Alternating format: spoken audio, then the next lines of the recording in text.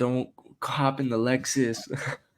All right, ladies and gentlemen, welcome back to the Golfballing Podcast, episode 245.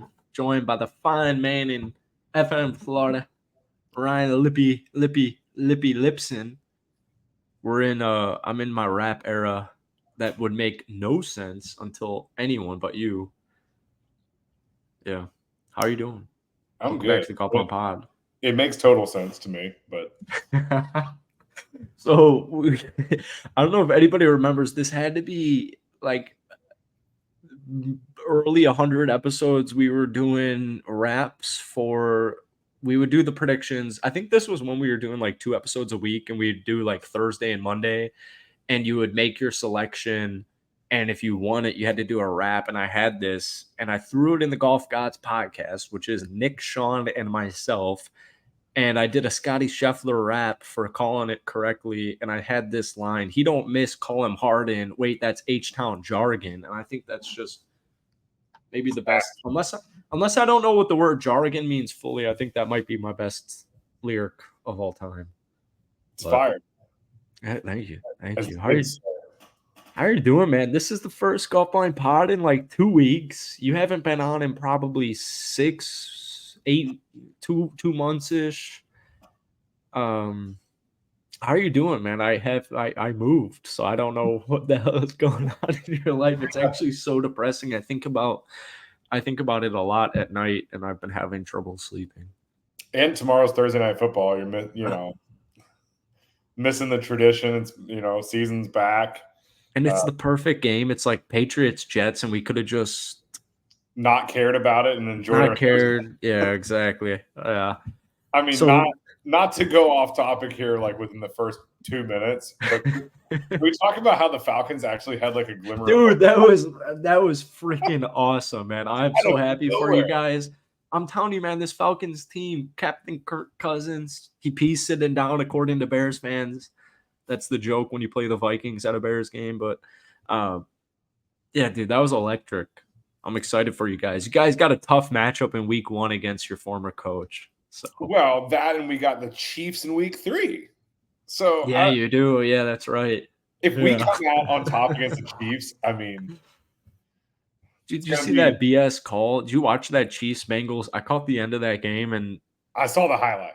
Dude, it was so stupid. The Bengals pissed me off so much. They obviously want the Chiefs to win it all. He got there a hair early, but he was It looked like he was going for the ball, but he got there a hair early, caught him back. It sucks. Yeah. It sucks to see, because it always happens. It always goes in Mahomes' favor.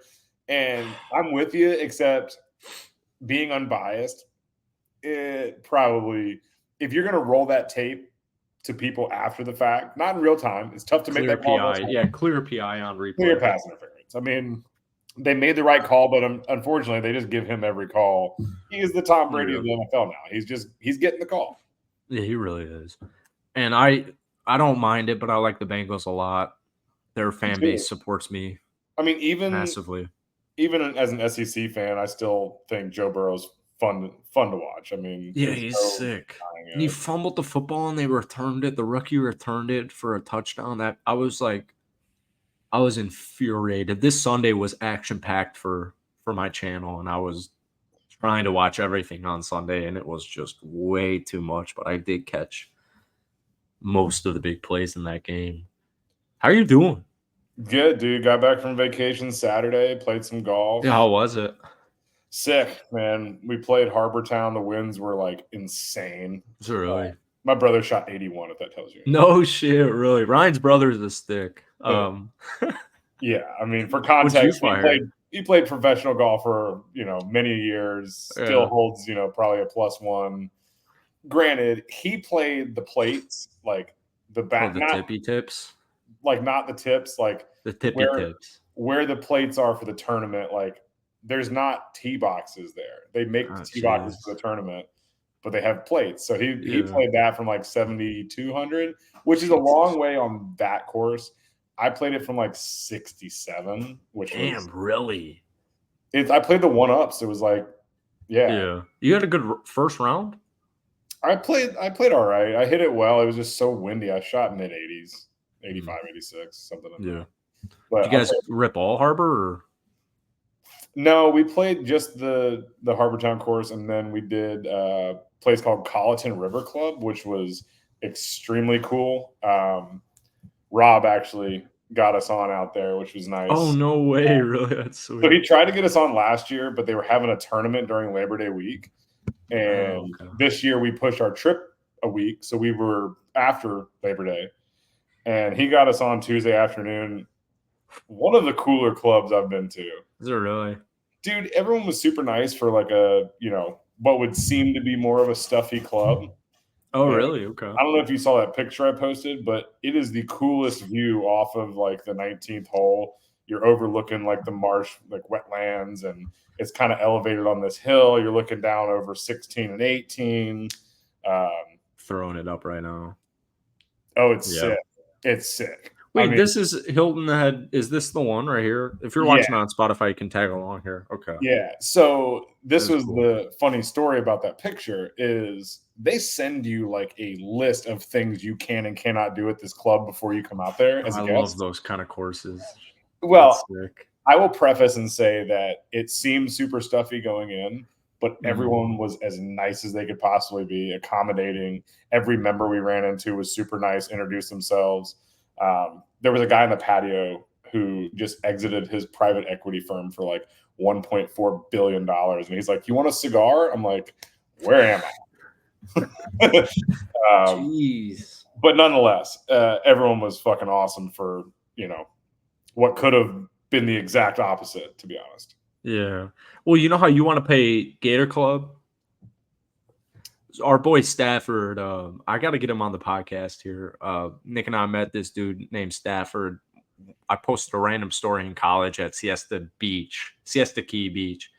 And he was like, "Come play this course." And we played with that guy on Siesta Key reality show, and we were losing our minds. But that course is very similar. Like, you can't record content, or I think it's like the flag can't be in the picture or something like that. Like, it's very strict on content, but then you get to the golf course and you're like, "Oh my God, these are all like dudes. Like, these are dudes.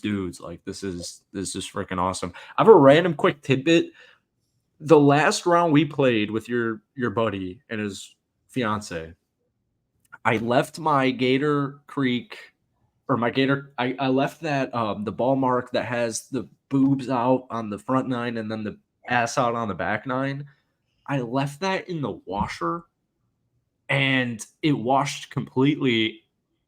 And I didn't notice that. And I was like doing my laundry and I saw it and I was trying to get it and it slipped under in Fort Myers, my washer. It slipped under and I'm like, I'm about to move, like, fuck. And then eventually a couple of loads later, it reappeared and I was able to get it, but it's extremely dirty. That sucks. Yeah. But it's probably just the paint fill that came out of it. I got to get a new one. I need that invite. Yeah. I'm a little bit closer. Let me know. Now. I'll make the drive. All right. Well, if Nick's not living in Florida, hopefully we can get a 2v2 going. I should shoot him a text. Isn't he a pretty good stick? Yeah, he was, when we first met Stafford, he was a pretty good bad golfer.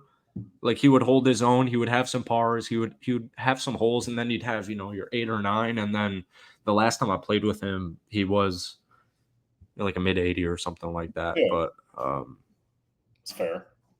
Dude, man, I seriously can't, every night for some reason I just can't stop reflecting in Fort Myers, Florida. And I was literally just talking to my dad on the phone. I was like, I can see myself living there in like 10 years. Like, I don't think my time with Fort Myers is done. So we haven't done this pod in a while, and I keep having all these guests on. I don't know if you've been listening, but it's so interviewee. My last 2 episodes on this have been way too interviewee. And I just didn't really like the flow. I think there were still good pods, but I just moved from Fort Myers to the Clearwater, Tampa area. And so now I am no longer 10 minutes, 15 minutes, 30 minutes in that in-season traffic from Mr. Ryan LippyLip. But dude, I just miss it, man. Like, I do miss it. Thursday night football. when Nick and I first moved down to Florida, for some weird reason, Nick and I moved to Florida, and then Hurricane Ian, like the massive storm, blew in. And I think Nick just like stayed in Illinois for like 2 months or like at least a month. Yeah. And we were ripping Thursday night football at your crib all the time. And we'd hit pizza. There's nothing to do. Like at that point, it was literally like, I don't know, half the bars are closed. The ones that are open, everyone's flooding. It's like, oh my God, the bars are open. So like the bars that had a TV you could sit down at were just packed.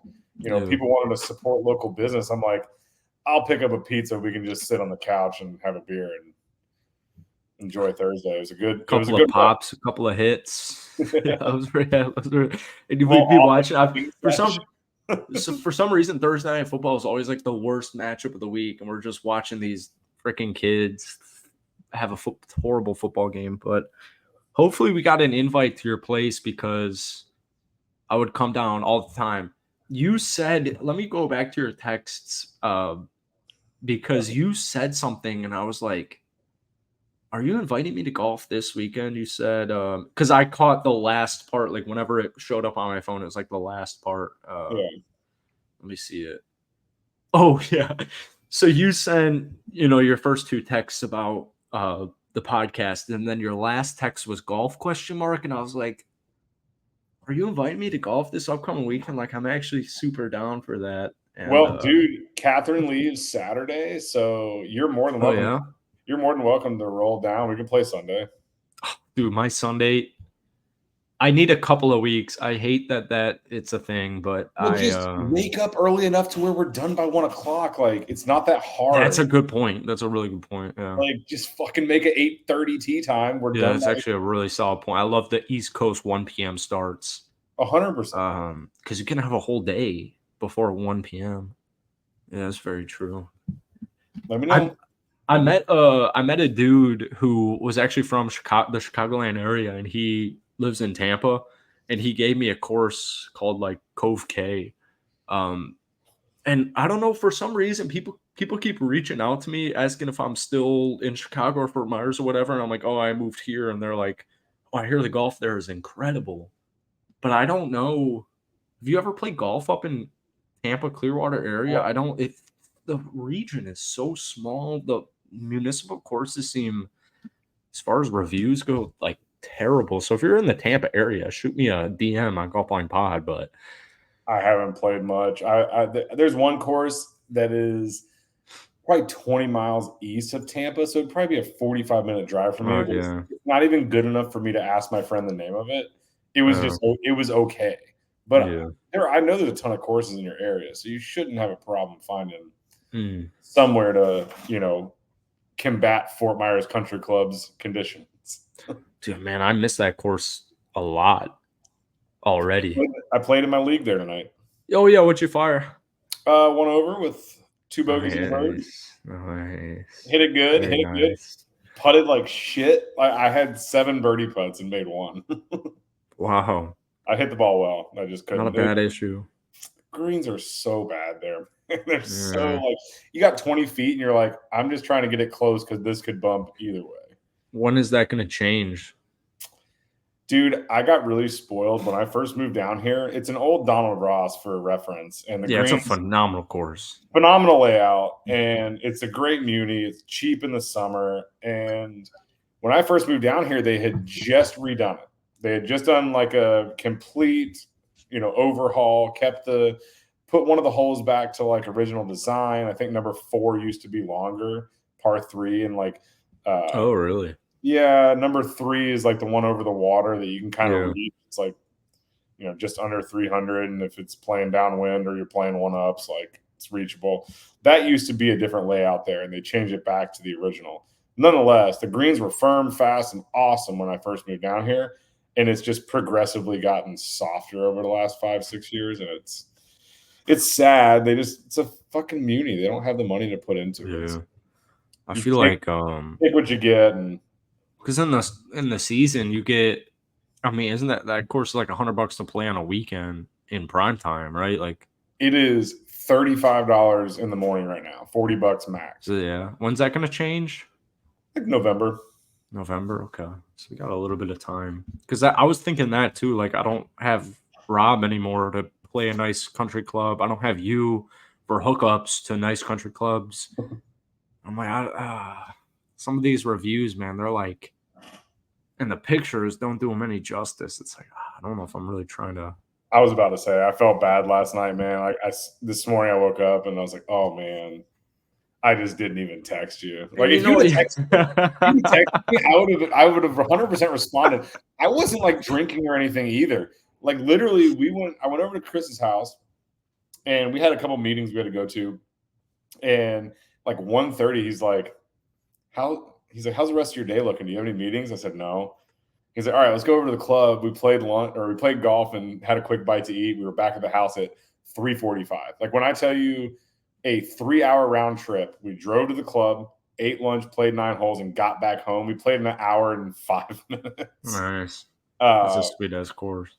Yeah, it is. This is fun. But yeah, we were back and then played a little sim golf in the garage, and then time got away from me. And he's like, it's like 7:30. He's like, I'm gonna do dinner. I rolled home and had leftovers, passed out, didn't even fucking think twice. So I apologize. No, it's all right. It worked. I'm like my whole Sunday shot, and then my Monday and Tuesday, I just kind of overload it because you want to hit that. You want to build the hype off of the NFL week before the days go by. So it's all right. And even tonight, like, I mean, I moved here like 1 week ago, so everything is just we're trying to find some type of, you don't know where anything is, some type of routine, but yeah, it doesn't matter. I was actually close to doing a solo pod. I keep getting close to doing a solo pod because I'm just sick of. It's really hard to get guests in general. Like, it doesn't matter if you're like this big hotshot guy or you're like a small little page. Like, it's a pain in the ass to get guests on. But I don't want the pod to be like a solo pod. But it's a new era of golfballing here. Especially when like the Pro Core Championship isn't really the most exhilarating topic to speak on. Yeah, we're done. My boy Patton Kazire, War Eagle, taking home the W on the first tournament of the year. Can't be mad at that. I would have never even guessed. 2 years. I don't even know who that is, and I would have never even guessed there's a golf tournament on. You know who this Patton past Kazire weekend is. He wears the visor, man. He's a tall, like, kind of chubby dude from Auburn. He's probably my age. He's probably mid-30s, late 30s. He's 38. Yeah. He's 6'5". He's huge. He hits the ball a long way. He played like with Duffner a little bit. I think he was a little bit younger than Duffner. Kind of looks like Duffner. He towers over Duffner. Yeah, I'm sure. But his facial structure, I can't get a good height on these. Yeah, you got a headshot you're looking at. You're not going to realize the dude's a monster, but he's a big first dude. win in 6 years. That's what I'm saying, dude. He's been nowhere for the last multiple years. He was at the QBE. Who did he play with? Maybe still never even went to that. Yeah, dude, you should have gone the year that Kokrak went. One with Nah. Is that happening this year? Yeah, they changed the name of it and they made it an LPGA and PGA event. So that's right. Yeah, it used to be like 2-man teams, and Lexi Thompson played in it. Yeah, that's right. Last year, it was one guy, one girl on every team, and they renamed the tournament. It was really cool. It was fun to watch. The best part about it is there's like no one there, so you're getting access to a cool golf course that you can walk pretty easily. Get next to some names and see some really, really good golf without a million people out there, which is nice. I love going to the Tour Championship when I lived in Atlanta. We'd go growing up, whatever else. But like, you're a kid or a teenager going to the Tour Championship, there's a row of 10 people, or 10 rows of people, I should say, in front of you. It's like, all right, I guess we'll go watch like the Appy Barn Rats of the world so we can get up close. Like back then, the Tigers and the Phils and VJs and all, you couldn't get next to them. And it's the same way now with any big tournament. You look at the crowds, it's not even fun. When Nick and I went to the Arnold Palmer last year, like we pretty much just watched Rory McIlroy's entire round because he was not winning the tournament. He wasn't anywhere close to the final group, and there was nobody watching him. And yeah, you kind of forget, like, but then you also, it is cool in those situations where you have like a JT or a Jordan Spieth who's struggling. For some reason, I don't know what it was, that we went on Sunday. I forget who won it, and however Bay Hill set up, because on 18 it's all houses and water.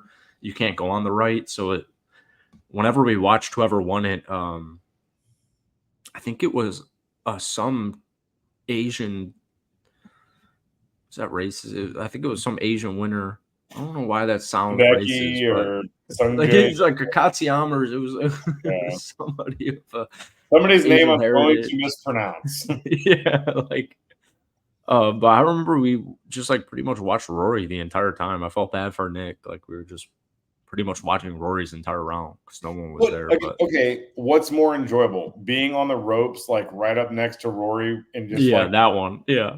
Or watching from like behind 9 rows of heads to see fucking Hideki win. I don't know. Like I'm gonna go there and watch somebody that I can't watch. Like it's almost like a football game. Like as I get older, I would much rather be on my couch watching football, because in golf, like whenever Rory finished his round, and I think he made like a Sunday comeback, and that was like the day where Nick was like in the pro shop, and then he came out of the pro shop, and we were on the 10th tee, and for whatever reason, we kept feeling like Rory was looking directly at us every time we were next to him. Like I swear to God, like I feel like I said this story recently somewhere. Like I swear to God, Rory McIlroy, and it sounds so fucking gay even to say this out loud. I'm 25 years old. Like I swear, but like Golfballing was founded because of Rory McIlroy, and he was my Tiger Woods. Like I swear to freaking goodness, and he followed Golfballing. It was a great day. Swear to God, this dude noticed our faces, and Nick kept saying it too. But whenever he was done, and we went to like, is it 17 at Bay Hill? That's over the water with the bunker. That's like an impossible golf shot. Like we were like 15, 20 people back just trying to see the last couple of groups. Like I feel like going to a golf event on Sunday isn't even fun. Like there's way too many people. And then by the end of it, everyone's just condensed and packed into this, the last couple of holes. I've said this forever. If you gave me like 2 days that I could pick for the Masters, it would be a practice round in the par 3 tournament. I don't even know. I don't even know if I would care to go like Thursday, Saturday, Sunday. Like if you gave me a pick of when I could go to the Masters, it would be a practice round and the par 3 tournament. Because I want, like you said, I want to go sit on the couch and watch every golf shot during the actual tournament. Yeah, especially Sunday. And being on the grounds is like half the allure of Augusta, right? And then a practice round, everyone's laid back. Everyone's hanging out. They're talking to the fans. They're, obviously they're in go mode, but they're bullshitting and like wearing shorts and having fun. And then same thing, the par 3 tournament is something you're never going to experience again. Like go there on a Wednesday and watch them skip it over the water. Like I would stand behind rows of people for a couple hours to watch people skip it over the water and have that experience. Like there's just some cool aspects to the way they do their week that I would enjoy that more than fucking sitting there on a Sunday, either watching somebody who I like that wasn't in the running, or trying to fight a million people to watch the end of the tournament with those that are in contention. It just doesn't sound fun. Especially at the Masters, like, are you posted up on 18 when you get into the golf course, and then you just have to sit there until the first guy comes through 4 hours later? Like, you can set your chair. From what I understand, you can literally at the Masters, you're not allowed to run, so it's not like fucking. Yeah, that's so like funny. TPC Scottsdale where they're like 18 billion. Yeah, it's like we are Sparta. But it's like you can walk fast. You set your chair down, and it's like a gentleman's rule. Like that's my fucking green chair. I put it there at 8 o'clock this morning, and then like you can walk around. Fuck, you just probably woke up at 3, got to the course at 4, to wait in line outside the gates. Yeah, I'm sure, dude. There's some old people that have tickets that are just like, I do this shit every year. I know where I'm going. That's actually cool that you just kind of have this gentleman rule for the chairs, but I don't Luckily, want to watch. I want to watch Masters Sunday on my couch or on a TV. I want to hear the audio too. Like, why do you think I have people over? Fucking fire up the grill, have the pool yeah, open, TV's going. Like hell yeah, that's the most. the pimento. Pimento. We got pimento, like the spicy pimento spread at Publix for Sunday football, and it's way too good, dude. It goes down so fast. This stuff is incredible, and that's the store version. Yeah, dude. Shout out to Sam. So I pride myself on my cooking. I had some pretty good pimento cheese, but I have a friend who used to own a barbecue restaurant that came through, and I didn't even ask him because I felt like it was kind of rude to be like, "Hey, man, you want to come over and then bring some of that pimento cheese?" But he brought some of this spicy pimento cheese that he had on his menu at the barbecue restaurant, and that shit's incredible. Yeah. Dude, I ate You guys both killed it so much that evening. That was such a funny. Now that I don't live in Fort Myers, I feel good saying this. Whenever we got there, it was so funny because all the dudes were like out on the patio or whatever, and we were just sitting there listening to what is it, like postpartum issues, and it was with like so funny. It's like, I don't know who any of you 4 random wives are. I know your husbands, but I've never met you. We're talking about postpartum while I'm eating Ryan's pimento cheese. It's funny. She just asked me the other day. Oh man, I had it in my head 1 minute ago, but she asked a question about you and your cooking or Master Sunday or something. Of course, I forget now, but I will be there in April. Bet your ass on that, dude. I'm not even that far away. No, I was gonna say this year I had a friend fly in for that weekend, but it's not like I plan on that. So obviously, you're more than welcome to crash. Fort Misery. I'm just kidding. I'm gonna guess. You got to have my address in there somewhere, but obviously not gonna shout it out on the pod. I would say you are an hour and 8 minutes from my door. Dude, you're severely mistaken. I think I know your address. Oh no, you're right. I was thinking you were more Sarasota, but you're right. It's you're too. What were you saying? No. I don't know if you want to say the city, but I have a better guess now. What's a guess? 206. Okay, yeah, 211. 211. Okay, I'm 211 to your door, which isn't bad. I like driving. Sarasota is like right on that, like just an hour and 10. Yeah, exactly, and that's like an hour from me too. Yeah, so you're probably in a better golf area than I thought because I don't know why I keep having Sarasota, but it's not anywhere close. Because I think I could go a little bit You're north. Probably an hour from Sarasota. Yeah. I'm an hour. I think that's where most of my golf will be, in Sarasota, because I know that guy at Sarah Bay, Ryan, who still haven't played there. Dude, that course is so fucking hard. It's like Fort Myers it's down to Ross. It's like Fort Myers on crack, and Fort Myers is already on crack. I tore that shit up tonight. Sign me up. Yeah, I'm gonna text him live on the pod. I want to get him on the podcast, but he's a good digital, like he's big into social media and podcasts and all that stuff. So he wants to do it in person. Just texting him, let's golf. But dude, Sarah Bay, man, that course is prime. It's prime time. Oh yeah. Oh, let me say this story real quick for our listeners. Dude, I gotta get this pod going again.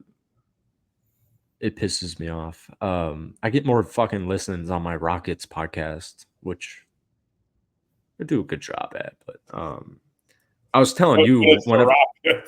Yeah, right. It's the fucking Rockets. They've been the worst team in the last 4 years. Like, it's just fucking depressing. It keeps me up a lot. But I was telling you this the last time we golfed. I was playing golf with my Uncle T, my Uncle Todd, who was on the podcast for a PGA Championship, or no, it was a U.S. Open recap. We would go to my dad's in that area, and the family would come down and Nick and I did a U.S. Open recap with my Uncle Todd, and I was playing golf with my Uncle Todd and my grandma Pat, and I was 1 under through 8. And I was telling you this, and it's like I'm playing with my Uncle Todd's golf clubs, and they're 20 years old. He doesn't have a driver in the bag. Like, I'm hitting 3-wood, and I'm striping the 3-wood every time. And we get to the 9th hole, and it's like the hardest hole on the 9, and I hit the worst drive with the 3-wood ever, and it skips over the water like a freaking beautiful rock throne. It skips and it skips and it skips, and I'm like 160 yards straight away shot at the green, and I fly it right, and I see it hit the cart path, and it goes so freaking high in the air, and I see it hit the cart path again, and it goes so high in the air, and I have the most money chip in the woods you could possibly have in the woods. I have a clean lie, I have a clean view, and I botch it, and I doubled, and I shot 37 or whatever, and I shot 76. I was happy, but like, I have never shot around under par in my life. Same. And I was with a random set of golf clubs from 20 years ago with no driver in the bag. Dude, there's no driver in the bag. What's the He's closest one of those. Gotten? Well, I shot 73 with Nick at Grand Geneva, where Bob Does Sports, they did a whole video there a couple of weeks ago. And that's like a really nice course, and Nick's got that hookup. I think he still has the hookup, but he would always invite me down, and we would play in Wisconsin. And I shot like 73 there one time, and it was a long time ago, way too long ago. But 73, that's my career. Right. I'm about to say I'm 70. I've shot 72 twice. That's crazy, dude. One of them I had 16 pars. That was crazy.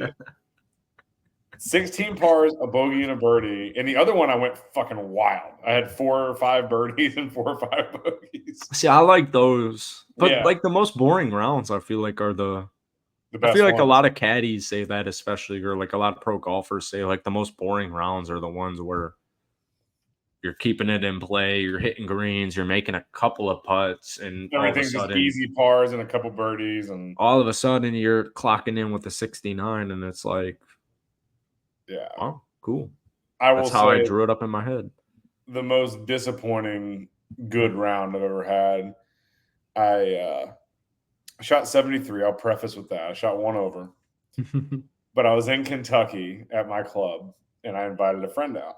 And Frankfort Country Club is not the easiest golf course, but I just played it every day. And I was playing the best golf of my life. You know, I was a low single-digit handicap at the time. You know, I say low, 4, 5, somewhere in there. Yeah, but on that gin, that was probably freaking 9.5. All right. So I shot 4 under in the front. Jesus Christ, dude. Are you serious? You got 4 under? This is the best part. We were only supposed to play 9. We played so fast. I made 4 birdies in the front, and my buddy's like, we can't not turn. Yeah. I just couldn't have shot any worse of a fucking 41 in the back. I was just like, fuck. Yeah, that was under.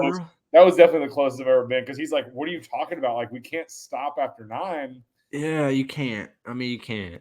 Shout out Alan. You should have let me fucking go ahead and just shoot my fucking 32 and get the fuck home. But dude. Oh my God, man. 4 under. As a casual golfer, to be mad about a 73, I was mad about it. Yeah, right. Yeah, 73. That's a phenomenal round. Yeah. I was in Miami like 1 year ago, and whenever it was in season, less than a year ago, I was in Miami, and I got invited out to golf, and these were like dudes I've never met before, like in person. And I was like 2 or 3 under through like 6 holes. And I don't think that round ended with obviously a 73, but like I think it was probably like a 78 or 77 or actually I think it was a 76 or whatever. But it was a course I never played, and I was like 3 under through like 6 or 7 holes. And obviously I didn't shoot par or under par, but Well, I can't tell you how many rounds that like I'll get done with 9 and I go, wow, I had 6 or 7 birdie putts. And it's like, if I just roll a couple more differently, there's so many times where I know I put myself in position to do that. It's just whether the fucking putts are rolling in or your proximity to the hole is close enough to have putts that should go in. Yeah. Tonight I had 6 or 7 birdie putts on the front side, made 1. Yeah. So would you say like, because even like based on this, like obviously you putt for dough, but I've been developing this take in the last like 2 months because whenever we first started golfing in the season, I could not hit a drive straight. And I swear I was shooting like 89 if I was lucky, 86, 89, 91. I swear like the driver, like I don't necessarily mean that the driver is the most important club in the bag as far as you need to rip it 300 yards, obviously, because we don't do that. But like, yeah, if you're not hitting your drive straight, like you're not scoring. that's But my like you're saying, if you're hitting, if you got 6 birdie putts and you're not making them, like you're not scoring great, but you're still scoring much better. Like if you're hitting freaking in the woods or in the rough every single time, like I'm I just never feel like going the to shoot. driver. I'm never going to shoot over 80 if I have 13 birdie putts ever. Exactly. Yeah. I'm a good enough putter to not 3 putt. They're just not going in. Yeah. You know, like that. My thing is the short game. And to what you said on the driving, I hit it 250, 260 max. Like I don't hit it far. And that's the good thing about Florida is a lot of these courses are shorter. Like my handicap, which we'll keep disclosed this time. Everyone check the gin. It is very much reliant on the fact that like if you take me to a course that I've never played in a different area with elevation, I'm not comfortable. I'm not playing like I do down here. You know what I mean? And it's like it's almost a skew. Like my handicap when it got low in Kentucky was skewed. I played the same golf course 5 times a week. You don't think I'm going to figure that out at some point? Like that was I think the recipe for me having, the rounds that I did. Otherwise, I'm like, if I go to a different golf course every day, I'm going to struggle to break 80 on every one of those golf courses. Yeah, new courses are tough, even if you're playing well, because you just don't know. Like, you hit a good golf shot and you got a bad break. Like, I mean, you can say that like Fort Myers. I don't know how many freaking people listening to this have ever even played golf in Fort Myers, but like, you just play a different golf course. Like, 77 is a phenomenal score. You go to a brand new golf course you've never played. If that number starts with a 7, you had a good round of golf. That's my benchmark. Like now, granted, like if I go out to the Sanctuary that I've played a million times, or Fort Myers Country Club that I've played a million times, or like we played 9 holes at Chris's course the other day. I shot 2 over with a double, like on the front 9. Wow. On the front 9. Yeah, no, we didn't play it. I had 8 That's pars. Tough, though, the double 8 pars and a double. Yeah. The best part about that round is I made the double on 8. And then on 9, it's the hardest hole in the golf course. I don't know if you remember, big fountain in the middle of the water on the right, dog leg. You almost have to lay up, like not lay up, but hit like hybrid or 3-wood because 250 goes through the fairway and then it just goes straight right. So I took driver and put it up on top of the hill, kind of through the fairway, and had 197 into the wind. And I put a hybrid to about 15 feet. Of course, I fucking missed it. Of course, I missed it. But dude, I just knew after that double that I'm like, I'll probably shoot 40 after that. Yeah. Yeah. Once that first double hits, it's like that's even like what I was just saying when I shot 37 a couple of weeks ago, and I'm not playing that much golf right now. Like, I think I went bogey, par, bogey. And even though you're 3 over, you're like, well, I was trying to shoot under par. Bogey, par, bogey, 4 over, just FYI. Oh, sorry, bogey, double bogey. I'm sorry. No, I was 1 under. I doubled, and then I bogey, par, bogey. So sorry, I misheard. Right? I misheard that. Right?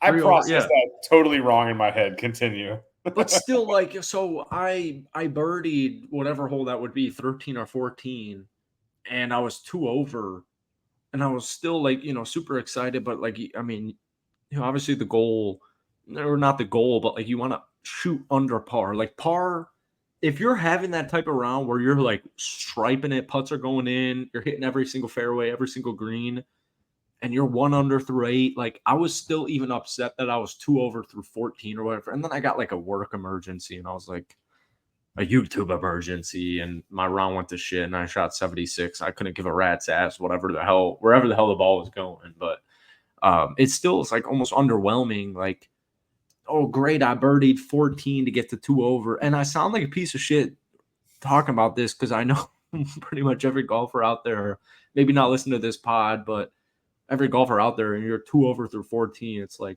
fucking blow me. Like, fuck you. What are you talking about? But fuck you, I'm trying to shoot under par. And if you're under par at any point in the golf round and you shoot par even, like it still feels underwhelming because you know you were under par at one point. But 4 under through 9, dude. I couldn't even imagine. I bogeyed 9 to shoot 1 over tonight. That's 4 under through 9. I know, dude. I know. If you saw this golf course too, you'd understand. Like, it's tough. Well, I remember you showing me a picture of, I think, like maybe a par 3 or maybe it was a par 4, like straight down. So it's funny, man. Like the front 9, you're all up on top of this, like not mountain, but it's like a hillside, right? So the front 9's up on this hillside. Number 10 is a 160-yard par 3 that goes here. We'll go with your method. I know I can find this picture really quick for those of you. For those of you that have a visual, I'll show you the. Find those sunglasses I had in Houston after. I need those puppies. Dude, the 10th hole at Frankfurt Country Club is beautiful, but it goes down into this valley, and the remainder of the back 9 until 16. The 16 is a par 5. It comes back and goes up this hill, and then 17 and 18 are on top of the hill. But it is an absolutely gorgeous tee shot. But you can see how wooded it is if I can get to this picture.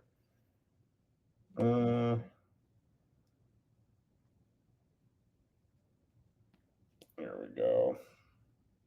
Oh man, my Sarah Bay guy just responded my text saying he joined a new club today. Nah, you can't hardly see it, but yeah, it's tough. I know that picture though. It's sick. Downhill, trees everywhere. I was gonna say it shows you like 11 on the left side that kind of goes up, and 12 comes back, and it cuts across behind that par 3. Shout out to Frankfurt Country Club. That place is sick. I miss it. I need to go back. When was the last time you were in Kentucky? When I left Kentucky. Yeah, what a random state to live in. Anytime I'm reminded of that, or you tell a story about living in Kentucky, like. Well, Joe, he texted me today. He had to go up to Ohio, and they were driving back. They're on like a 2-week trip. So they're on the way back, and he's like, I'm going to stop in Kentucky. So they stopped for like a day in Kentucky and did a bunch of like distillery tours and went to like some bourbon places and whatever else. And he texted me. He's like, where did you live again? I said, Frankfurt. And he goes, this place sucks because Buffalo Trace is there. He goes, there's nothing here. I said, dude, I was there for almost 3 years. You don't think I fucking know? I feel like you would always say like all you had was golf and whiskey. Golf and whiskey, man. Loving life, but Don't get me wrong. In the summer, the place was beautiful, but it was so cold for being below the Mason-Dixon line that I petitioned for years to redraw the Mason-Dixon line. It was snowing in April the year we left. There was like 6 inches of snow. Dude, it's bad. There's a town of like much snow.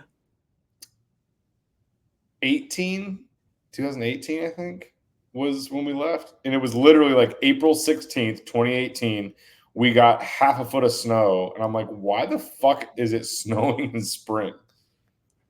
Dude, you're parallel to Louisville. You're right in between Louisville and Lexington. You're right what are you, like an hour from Cincinnati? Hour and 10 from Cincinnati. Yeah, all right, that makes sense. Now you're right about the Mason-Dixon line. What the fuck are we doing over here? What the fuck were they? I go, hold on, man. This is like the north. You're like you're not parallel to St. Louis, but you're pretty freaking close to being parallel with St. Louis, and that's not a sunny south of the Mason-Dixon line state or city. Yeah, it's It wasn't my favorite place we've lived. I'll say that. Dude, that's crazy, man. I wish. I don't wish, but like Nick and I would go to Nashville a lot, and could easily have stopped in Frankfort, Kentucky Kentucky's before. Beautiful. I'm sure. For 6 months out of the year, the other 6 months it is gray and it is raining. Yeah, I bet. It's snowing and it's cold. And I don't miss that. I really don't miss that. We get one cloudy day, Fort Myers or Tampa or whatever. Like honestly, like cloudy day. Like I like the concept of cloudy day, and then it hits 4 and it's still cloudy, and it's like I'm not depressed, but it's like, well, here's the thing, what happened man. to the sun, man? I kind of take for granted the fact that we have such nice winters. I was talking with an old college roommate of mine today, and he lives up in Boston. Ooh. And he's like, dude, I don't know how you do it in Florida. Like, I love the seasons. And I go, on Christmas, I was like, on Christmas, my mother visited me and we sat on a patio on Christmas Eve and enjoyed dinner with some palm trees in the background, like in shorts. Like, I don't know, like that's what we live for. It's not the summers are hot, but like your winters are fucking 2.5 feet of snow. Like, and then you don't even get the snow. I'm sure that dude in Boston on this upcoming Christmas, it's going to be like 26, 28, and it's not even going to be snowing, and it's going to be unbelievably gray, and you can see that every single tree and every single blade of grass is completely dead. Like, I really don't. I don't miss that. I love that my mom still lives there. What was that? I said they get snow. Don't worry. No, I know, but like growing up in the Chicagoland area, like you want a snowy Christmas, you're 12 years old, that's what you see in the movies, and that's like, oh, it's 28 and it's gray and there's ice on the ground and everyone's not snowing at all. Like, nothing's worse than like an icy rain where it's like, oh, it could be snowing, but it's just cold as shit and wet. And you gotta do that on your freaking car, and then you gotta drive carefully. Dude, not owning an ice scraper is a great. Right? I haven't even thought of an ice scraper in 2 years. Yeah, at least 2 years. 6 years for me. We had ice scrapers in Kentucky. Yeah, that's crazy. I don't know anything about that state. Will Levis. Yeah, I mean, it is Titans. Kentucky. Yeah, what? Never mind. Cut that out. It's almost as bad when you said par bogey par, and I was like, "Yeah, you're 4 over." I'm like, I heard par double par for whatever reason. My brain processed that so wrong. It's the bourbon talk at this point. But I mean, I don't got anything. I mean, thanks for hopping on. I don't know. You're a viewer. You're an OG listener. What the hell are we doing here? Well, not this episode. This was a good episode to me. These are episodes I love, man. Agreed, dude. Oh, dude, look at this shirt. That's crazy.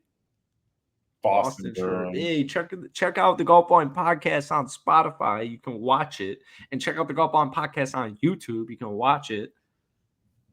You could. You definitely could.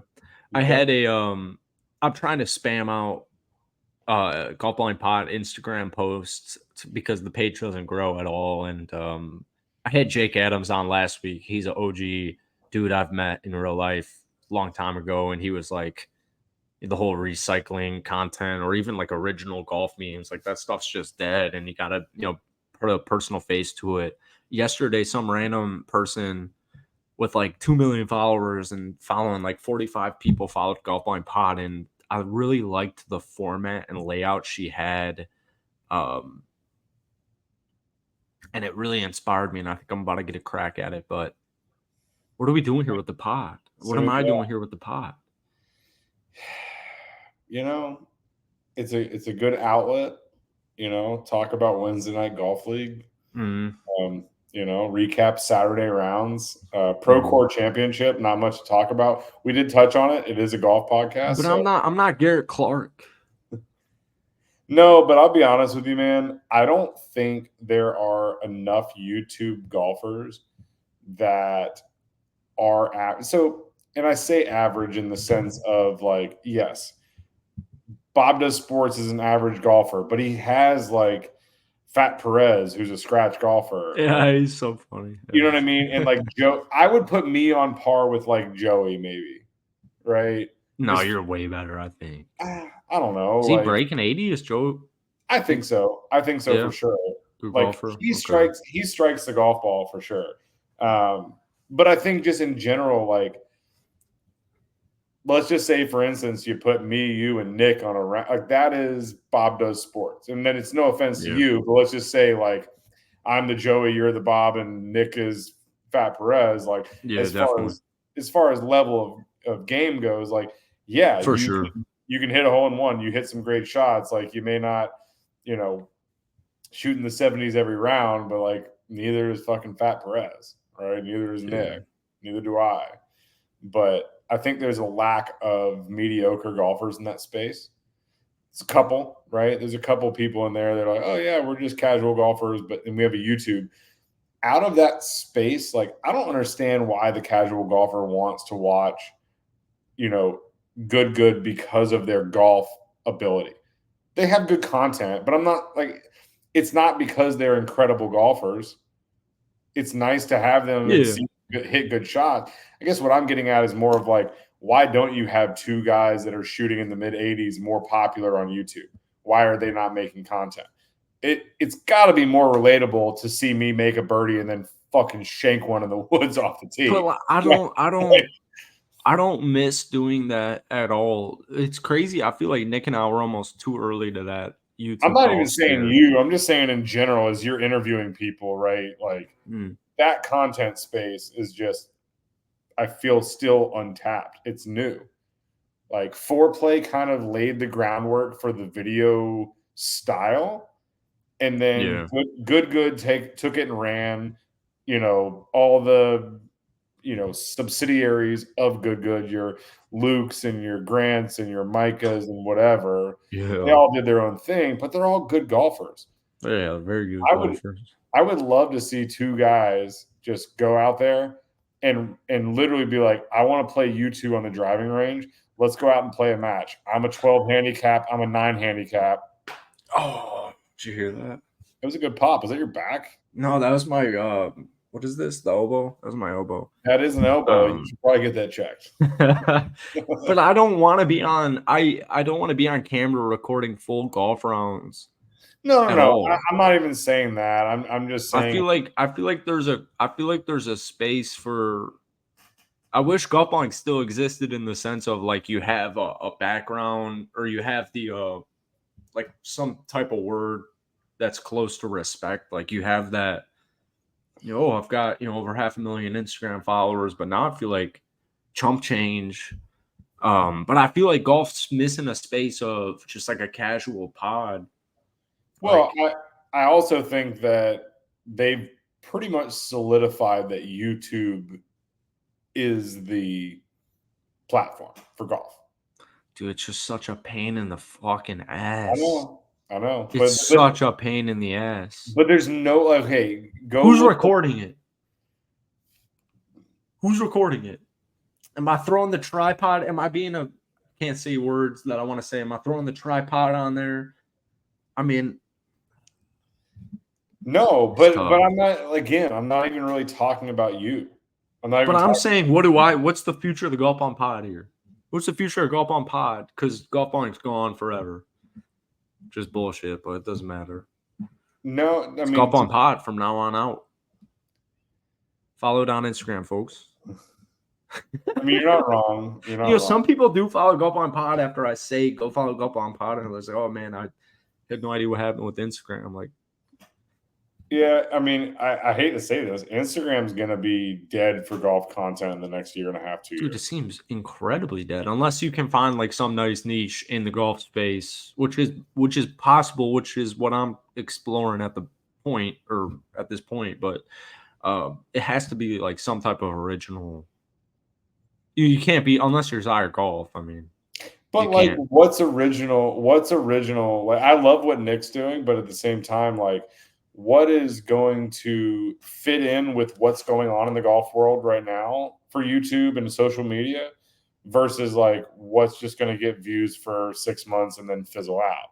Well, that's the issue with the Golfballing pod is Instagram's paying you for, engagement or views or whatever it is, and it's like, oh, it's better than nothing having a account with 82K. You want to grow it for whenever that opens up, but at the same time, you get paid for how the posts are performing. So it's like you got free money on the table, so you got to take advantage of it. But it's easy to get complacent when you're making money posting stupid, recycled golf content. And even if it's not recycled golf content, like you find something that Zyre hasn't posted or something, and I like doing that. And I love making original memes, but obviously that's not the long term, approach. I think it's finding an adjacent avenue to what's already going on in the YouTube world, right? Maybe not doing the exact same thing, but it's got to be kind of that like longer, format video. I hate to say it. That stuff is so it's hard to produce. It's impossible to produce. That's why it's almost impossible to produce. It's so easy to watch is because they're putting money, and that's the tough part, is these guys have 3-4 camera guys. They got 1 or 2 in the tee box, 1 in the fairway, 1 in the green. Like they have all these angles. It's not somebody setting up a tripod and like having But me personally, I have no interest in somebody watching me play golf and trying to, be on all the time. And this is I love good. I love Bubby. Yeah. I love Matt. I love Garrett, especially. I love Bob. I love Perez. I love Joey. Like, I love all of these dudes, but I would never, ever watch any video that any of these guys have ever made on YouTube. That has absolutely zero interest. I have no interest in watching a golfer play golf on YouTube. Like, that does absolutely nothing for me. So why would somebody want to watch me do that? Because I don't even want to do it in the first place. But like the dudes I love, like Garrett's been a nice ass dude from day one. Bubby's been a nice ass dude from day one. Bob especially has been unbelievably cool just in general.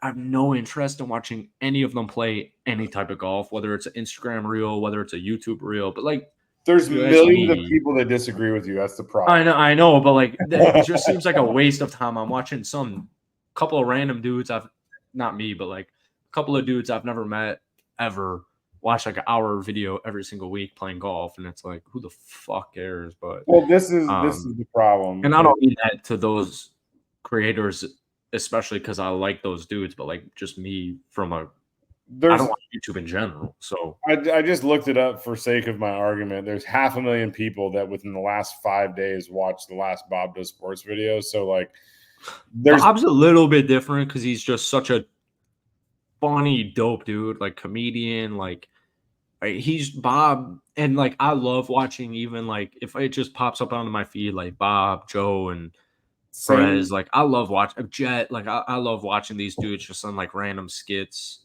Same amount of views in the last good video. 500,000 3 days ago. So dude, I guess how much fucking money that is unbelievable. These guys are making an unbelievable amount of money. That's what I'm saying, though, is like there's millions of people that disagree with your mindset. I'm out here and who's recording this? Who's recording this? No. If theoretically I wanted to do this, who the hell is recording this? Who's editing it? Am I doing it all? I have no interest in any of it.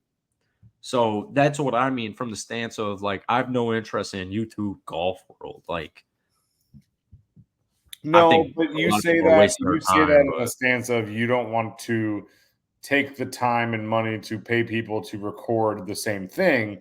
What I'm saying is there is an adjacent lane that I think is being missed, and whether it is you recording yourself or not, I think there is some sort of YouTube content in the 10 to 20 minute range. I don't know what that is, but a 10 to 20 minute video is what is needed. 90-second clips, memes, like that's what's kind of like become old news. And it's Instagram in general is, it's old news, man. It's not where golf lies anymore in the YouTube space. Like the fact that like Bryson had Donald Trump on his YouTube channel. That sounds peak. That's crazy. Crazy. Did you That watch? is crazy. No, but I like seeing the You should. clips. Like You Trump, should. I like Trump a lot. I like Bryson a lot. Like You should take the 50 minutes and watch I that can video. never watch any video and in any whether it's Donald Trump, Bryson DeChambeau, or any people in any of caliber of life. I could never watch it. Even Rory, I could never watch them play golf in a casual YouTube video. Like that is a unbelievable waste of time to me. I think, but here's the thing. I think you're looking at it wrong in the sense of it's not something you have to sit down and be like, I'm engaged in this. I could be cooking dinner, on my phone, whatever else, like writing some emails up, have my laptop, and just look up and be like, oh, Bryson and Trump are on number 6. Like, I don't know. It's just great. You don't need. I'd have to be paid to click that video. Like I'd need like wild. $20. I need like $20 to watch that video. I don't give a fuck about Bryson DeChambeau's YouTube channel. I love Bryson and I love Donald Trump as people, but like you can't pay me money to waste 20 minutes of my day to watch them fucking play 9 holes of golf at some Trump golf course. Like that is an unbelievable waste of time to me. But again, I'd rather watch. You see how many millions of people disagree with you. I know yeah, you're right. You are 100% right. But whatever I do has to align with my soul in a sense. So I could never do that. I'm out of that game. I think it's a waste of time. 1 month. Guess how many people watched that fucking video? Trump and Bryson. I'm gonna go. It's gotta end. I'm gonna go 12 million. That's a hell of a guess. Is it on the dot? Is it really? I mean, Bryson probably made himself. He easily made 6 figures from that video. I don't know the production cost. Production cost is actually probably a lot on that, but so profit probably not 6 figures. Not, man. You're telling me, think about this. If he made 6 figures, you're telling me for one afternoon, if you're a camera guy for Bryson DeChambeau, hey man, I'm gonna pay you $1,000 to stand by the green whenever you holy fuck, that's the best job on earth. Yeah. Think about that. You can have how long is that video? An hour. An hour, and it's got 12 million views. 56 minutes. I'm gonna go with on YouTube revenue. That video made. I would say 6 figures easily. That video on itself on YouTube made 6 figures. There's first of all zero chance he paid Trump. Trump just did it. Yeah, I agree. Yeah, definitely. Okay. Yeah. B, if he had 5 to 10 production guys at $1,000 a day.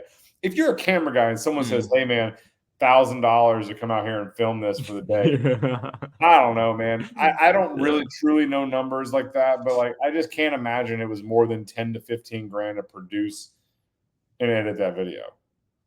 Yeah. I mean, I think Bryson made 6 figures from that video alone with production, with all that stuff. And the cool part about Bryson is obviously he doesn't. You want your channel to succeed and you want to make money and stuff, but obviously he's on live and he's a pro golfer. Like it's just butter on top or icing on the cake. Like it's pip money. He's not making that video to make money specifically. No, he's there to get exposure and say, "Hey, I'm not the asshole I once was. Here I am in casual fucking shorts playing with Donald Trump on a Tuesday." Like I got no interest in anything like that. I mean. See, that's honestly, if Donald Trump called me and said, "Let's record a golf video," I'd have to do it. But I would never go out of my way to. And obviously, I have no personal connection to fucking Donald Trump. But I got no interest in any of that. Yeah, dude, like what Nick and I went through. Like, it's just. You lose the love of the game of golf, and it's not even close.